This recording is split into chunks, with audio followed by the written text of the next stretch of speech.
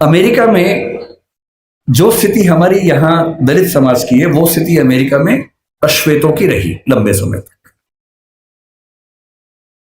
हुआ क्या कि जब अमेरिका आजाद हुआ तो अमेरिका के संविधान में समानता की बात लिखी गई। जब समानता की बात लिखी गई तो दास लोगों ने विरोध किया कि अगर समानता है तो हम दास कैसे हैं। 90 साल लगे दास प्रथा को समाप्त करवाने में। अब्राहम लिंकन ने खत्म किया, अपना जीवन दे दिया। तो 1866 में दास प्रथा खत्म हो गई, लेकिन अभी भी अश्वेतों को अधिकार नहीं मिले, महिलाओं को वोटिंग राइट्स नहीं मिले अभी तक। अब महिलाओं और अश्वेतों के आंदोलन शुरू हुए कि हमें बराबरी चाहिए। और उसमें एक घटना, बड़ी रोचक घटना है, सुनिए क्या हुआ। 1950 के आसपास अश्वेतों का आंदोलन बड़ा प्रखर हो गया। उस समय डॉक्टर अंबेडकर अपने जीवन के आखिरी दौर में थे, उन्होंने भी उस आंदोलन को देखा समझा। उसमें दो घटनाएं घटी। एक महिला थी रोजा पार्क्स। अमेरिका का नक्शा देखा हो तो उसमें एक राज्य है अलाबामा। अलाबामा में एक शहर है मोंटगोमरी, वहां का प्रसंग है। अस्पृश्यता कुछ मात्रा में अमेरिका में भी थी और देशों में भी थी। कैसे थी देखिए, वहां एक नियम था कि जो सरकारी बसें होती थी उन बसों में शुरू की 4 सीटें केवल श्वेत लोगों के लिए होती थी और चौथी सीट के पीछे अश्वेत लोग बैठ सकते थे। वो भी एक कंडीशन पे कि यदि श्वेतों की 4 सीटें भर गई और फिर कोई श्वेत आ गया तो अश्वेत को सीट छोड़नी पड़ेगी, ये कंडीशन थी। तो लोग करते थे, बैठते थे, 4 सीट छोड़ते थे, कोई श्वेत आ गया उठते थे, छोड़नी पड़ती थी। उनको खराब लगता था। ये वही पानी है जो उनको नहीं मिलता था, है ना। इसके लड़ना नहीं है, प्यार से लेना है, झगड़ा नहीं करना है। एक दिन उनके जैसा जी के देखो कि पानी नहीं मिला, एक दिन जी के देखो ताकि समझ में आए कि उनका जीवन कैसा था। खैर, एक महिला थी जिसका नाम था रोजा पार्क्स, करीब 40 साल की, बहुत ही सभ्य महिला थी, अश्वेत महिला थी। कई बार उठ चुकी थी बस से, बस में बैठती थी, उठा दिया जाता था। एक दिन उसको बहुत गुस्सा आ गया। वो बस में बैठी थी 5वीं सीट पे, पहली 4 पे श्वेत लोग बैठे, कुछ लोग और आ गए। ड्राइवर जिसका नाम विलियम ब्लेक था वो उठा और उसने कहा कि आप उठिए। 3-4 लोग थे अश्वेत, सब उठ गए। उसका उठने का मन नहीं हुआ। ड्राइवर ने फिर कहा कि उठना होगा। उसने कहा ऐसा है कि मैं तो नहीं उठूंगी, जो करना कर लो। बस आगे नहीं बढ़ी। पुलिस आई। उस महिला का नाम रोजा पार्क्स था, कभी सर्च कीजिएगा नेट पे पता लगेगा। उसे गिरफ्तार किया गया, जेल में डाला गया। पूरे अफ्रीका और पूरे अमेरिका के उस राज्य के अश्वेत, यहां तक कि मार्टिन लूथर किंग जूनियर जो उस समय काफी प्रसिद्ध नेता थे, वो भी इस आंदोलन में शामिल हो गए। सभी अश्वेत व्यक्तियों से निवेदन किया गया कि सरकारी बस में बैठना ही नहीं है। वो सरकारी बस का एक प्राइवेट बस कंपनी को ठेका मिला हुआ था, वो चला रही थी। अश्वेत समुदाय ने बड़ी गजब की एकता दिखाई। 20-20, 30-30 किलोमीटर दूर उनके घर थे, टैक्सी से आए। अश्वेत टैक्सी वालों ने बस के बराबर किराए में टैक्सियां चलाई, लेकिन बस में नहीं बैठे। 1 दिन, 2 दिन, 3 दिन, होते होते 381 दिन आंदोलन चला। 381 दिन, 1 साल से ज्यादा कोई बस में नहीं बैठा। और अंत में अमेरिका के सुप्रीम कोर्ट को इस कानून को खारिज करना पड़ा जिसमें अश्वेत बैठ नहीं सकते थे, और वहां उस आंदोलन की समाप्ति हुई। डॉक्टर अंबेडकर हमारे समाज के रोजा पार्क्स बने, अब्राहम लिंकन बने। और अगर आपको लगता हो कि आपका जीवन खराब है, एक और घटना से अंतिम बात करके समझ लें। अमेरिका में जब समानता आई तो स्कूल शुरू हुए। अश्वेत बच्चे बोले हम भी स्कूल जाएंगे। कुछ अंबेडकर जी की याद आपको आएगी इस घटना से। अब अश्वेत बच्चे स्कूल जाएंगे, ये तो वहां के संविधान में लिखा हुआ था। तो वहां की सरकारों ने क्या रास्ता निकाला, कुछ स्कूल श्वेतों के लिए, कुछ अश्वेतों के लिए बना दिए। मामला सुप्रीम कोर्ट में गया कि भाई ये क्या समानता है, हम भी उसी स्कूल में पढ़ेंगे। तो सुप्रीम कोर्ट ने फैसला दिया कि नहीं, समानता का मतलब सिर्फ इतना है कि आपको स्कूल मिलेगा, अच्छी गुणवत्ता का मिलेगा, लेकिन अगर अलग अलग स्कूल है तो इसमें कोई दिक्कत नहीं है। तो ये व्यवस्था ठीक है, कि अश्वेतों का स्कूल अलग, श्वेतों का स्कूल अलग।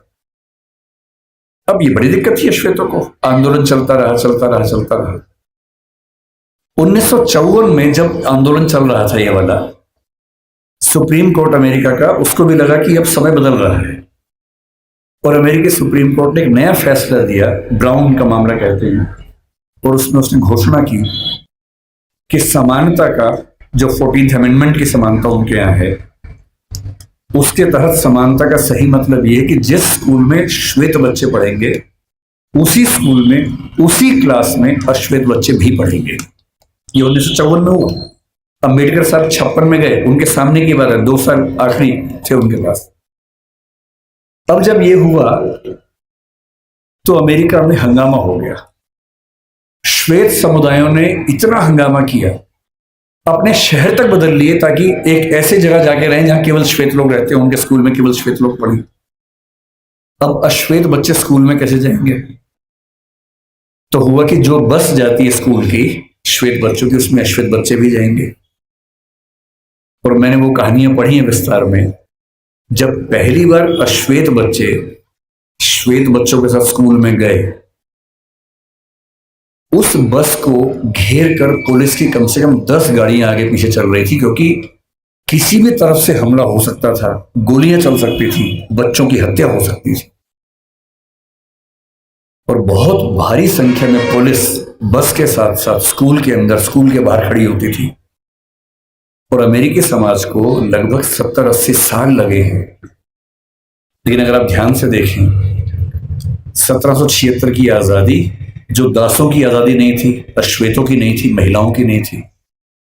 1866 में दासों की मुक्ति जो महिलाओं की नहीं थी, अश्वेतों की नहीं थी। 1950-55 के आसपास महिलाओं और अश्वेतों की मुक्ति। ठीक उस समय मार्टिन लूथर किंग जूनियर को 35 साल की उम्र में नोबेल पुरस्कार मिलना, और उसके लगभग 50-55 साल बाद बराक ओबामा का अमेरिका का राष्ट्रपति बनना। इतिहास ऐसे बदलता है। इतिहास में हर व्यक्ति को अपने हिस्से की भूमिका निभानी होती है। अम्बेडकर जी ने अपने हिस्से की भूमिका निभा दी है, आपकी बाकी है। ठान लीजिए, इतना पढ़ना है। उस आदमी को सोचिए, वो उसने अपने जीवन में पहला रिसर्च एंथ्रोपोलॉजी में किया, अम्बेडकर जी ने। एंथ्रोपोलॉजी के विद्वान, इकोनॉमिक्स में पीएचडी की, और वो व्यक्ति पॉलिटिकल साइंस और संविधान का एक्सपर्ट बना बाद में। जिस विषय में बात करेंगे उस विषय का एक्सपर्ट बना। अगर वो ऐसा कर सकते हैं तो आप क्यों नहीं कमर कर सकते? और मैं अंत में ये बात कहकर समाप्त करूंगा, ठान लीजिए उन्हीं की बात, पैरों में जूते हो ना हो। तुम लोग ध्यान से समझो, पानी की बोतल मिले ना मिले, हाथ में किताब होनी चाहिए। और किताब सूरज से, धूप बचाने के लिए नहीं होती है। आप बचा लो, कोई बात नहीं, टेंशन मत। किताब इसलिए नहीं चाहिए कि धूप से बचना है, किताब इसलिए चाहिए कि धूप जैसा तेज अपने अंदर पैदा हो। और एक बहुत प्रसिद्ध विचारक हुए सफदर हाशमी, उन्होंने मजदूर समाज के लिए एक बात कही थी जो मैं आपको कह रहा हूं। उन्होंने एक गीत लिखा कि शिक्षा से ही बदलाव हो पाएगा। वो कहते हैं, पढ़ना लिखना सीखो ओ मेहनत करने वालों, पढ़ना लिखना सीखो ओ मेहनत करने वालों, पढ़ना लिखना सीखो ओ भूख से मरने वालों, क ख ग घ को पहचानो, अलिफ को पढ़ना सीखो, अ आ ई को हथियार बनाकर लड़ना सीखो। जो लड़ाई आप लड़ रहे हैं, उस लड़ाई में ना बंदूक चाहिए, ना तोप चाहिए, ना लाठी चाहिए, ना भाला चाहिए, डंडा नहीं चाहिए, किताब चाहिए, अक्षर चाहिए। और पढ़ना क्या है? हर चीज पढ़नी है। संविधान को घोट लेना है ताकि आपको पता रहे क्या अधिकार है। कानून को ठीक से पढ़ना है, सीआरपीसी आईपीसी को ठीक से पढ़ना है ताकि कोई आपके खिलाफ ज्यादती न कर सके। हर नागरिक को पता होना चाहिए कि मेरे क्या अधिकार हैं और मैं राज्य से क्या उम्मीद कर सकता हूं। साहित्य भी पढ़ना है, और वो साहित्य देखना है जो साहित्य आम आदमी के पक्ष में है, वो साहित्य नहीं जो भव्य इमारतों के बारे में है। अदम गोंडवी जैसे साहित्यकार को पढ़ना है, कबीरदास को पढ़ना है जो समाज के आम व्यक्ति की जिंदगी को ठीक से समझता है, समझाता है। अदम गोंडवी ने आपके समाज के एक छोटे हिस्से के बारे में इतनी गहरी कविता लिखी, आइए महसूस करिए जिंदगी के ताप को, मैं चमारों की गली में ले चलूंगा आपको। ऐसा साहित्य पढ़ना है जो साहित्य समाज के उन वर्गों के बारे में है जिन्होंने जिंदगी की तलखी को, बुराइयों को, संघर्षों को सबसे ज्यादा सहन किया है, उनको पढ़ना है। तकनीक को पढ़ना है। डॉक्टर साहब ने कहा था कि जो समाज विज्ञान नहीं पढ़ता, ज्योतिबा जी ने भी कहा था, जो समाज विज्ञान नहीं पढ़ता वो कभी आगे बढ़ ही नहीं सकता। विज्ञान पढ़िए, तकनीक पढ़िए, आर्टिफिशियल इंटेलिजेंस पढ़िए, जो भी नई चीजें हैं जिनसे भविष्य में विकास होगा उन सब में पढ़ाई करनी है। और जितना पढ़ने के बाद आगे बढ़ेंगे, बस ध्यान रखना है आगे सिर्फ आप नहीं बढ़े हैं, आपका समाज आपके साथ आगे बढ़े, ये आपकी नैतिक जिम्मेदारी है। ये कह के बात समाप्त करूंगा। बहुत बहुत धन्यवाद।